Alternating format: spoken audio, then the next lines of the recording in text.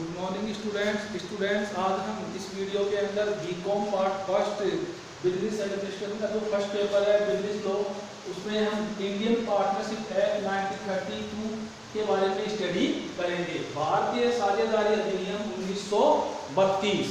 भारतीय साझेदारी अधिनियम 1932 स्टूडेंट्स मैं आपको बताऊं कि 1 अक्टूबर 1932 को लागू हुआ, जो जम्मू कश्मीर को छोड़ करके संपूर्ण भारत में लागू होता है।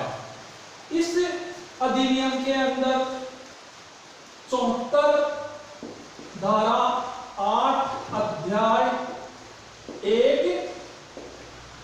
अनुसूची, ये सभी इसके अंदर सम्मिलित है। 74 धारा 8 अध्याय 1 अनुसूची है। अब देखो स्टूडेंट्स, हम आगे बढ़ते हैं तो हम साझेदारी के अर्थ और परिभाषा के बारे में अध्ययन करते हैं। भारतीय साझेदारी अधिनियम 1932 की धारा 4 के अनुसार देखो स्टूडेंट्स, अगर हमें डेफिनेशन पूछी जाती है या हमें अगर इंडियन पार्टनरशिप की डेफिनेशन देनी है, साझेदारी की देनी है डेफिनेशन, तो हमें भारतीय साझेदारी अधिनियम 1932 की धारा 4 के अनुसार ही डेफिनेशन बतानी है। साझेदारी उन व्यक्तियों के आपसी संबंध को कहते हैं जो ऐसे कारोबार के लाभ को आपस में बांटने के लिए सहमत हुए हो, जिसे उन सभी के द्वारा अथवा उनमें से किसी एक द्वारा उन सभी की ओर से चलाया जाता है। यानी कि साझेदारी उन व्यक्तियों के आपसी संबंध को कहते हैं जो ऐसे कारोबार के लाभ को आपस में बांटने के लिए सहमत होते हैं, जिसे उन सभी के द्वारा या उनमें से किसी एक द्वारा उन सभी की ओर से चलाया जाता है। अर्थात साझेदारी 2 या 2 से अधिक व्यक्तियों का समूह है जो किसी कारोबार से लाभ अर्जित करने, उसे आपस में बांटने का ठहराव करते हैं, जिसे सभी साझेदारों द्वारा चलाया जाता है, उनमें से किसी एक द्वारा या सभी की ओर से चलाया जाता है। तो स्टूडेंट्स, कहने का मतलब यह है कि ये हो गई अपनी साझेदारी की परिभाषाएं। अब देखो स्टूडेंट्स, साझेदारी में साझेदार कौन होते हैं? साझेदार पार्टनर्स जिनको अपन बोलते हैं, साझेदार जो साझेदारी व्यवसाय में सम्मिलित होते हैं, जो व्यक्ति या जो सदस्य, उनको हम कहते हैं साझेदार, और उनके संगठित रूप को हम कहते हैं साझेदारी फर्म, और जिस नाम से वो व्यवसाय करते हैं उसको हम फर्म का नाम देते हैं। अब देखो स्टूडेंट्स, हम आगे बढ़ते हैं तो हम चर्चा करते हैं साझेदारी के लक्षण। देखो स्टूडेंट, साझेदारी की जो लक्षण है उनमें सबसे प्रथम है 2 या 2 से अधिक व्यक्ति। तो देखो स्टूडेंट्स, साझेदारी के लक्षण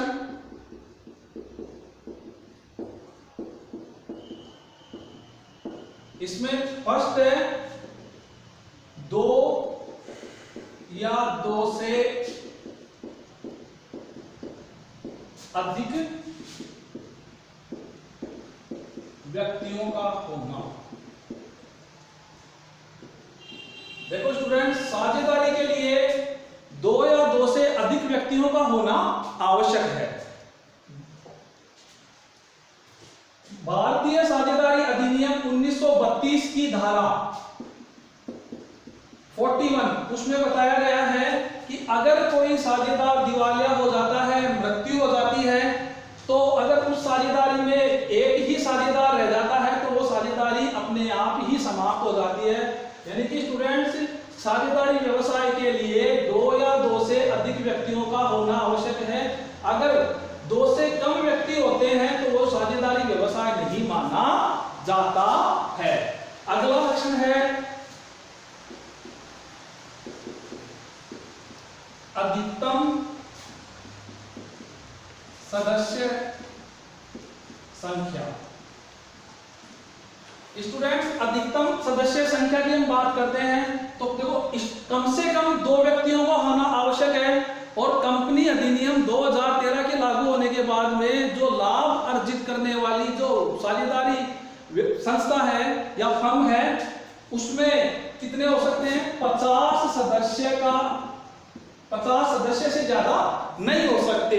अब मैं आपको आगे बताऊं स्टूडेंट्स कि अगर कोई संयुक्त हिंदू परिवार, 2 संयुक्त हिंदू परिवार अगर आपस में मिलकर के व्यवसाय करते हैं तो उनके जो वयस्क सदस्य हैं अगर उन सदस्यों की संख्या अगर 50 से अधिक होती है तो बच्चों वह साझेदारी कभी भी वैध नहीं मानी जाएगी।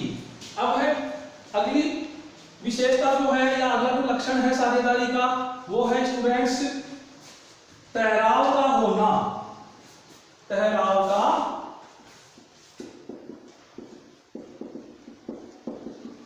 का होना।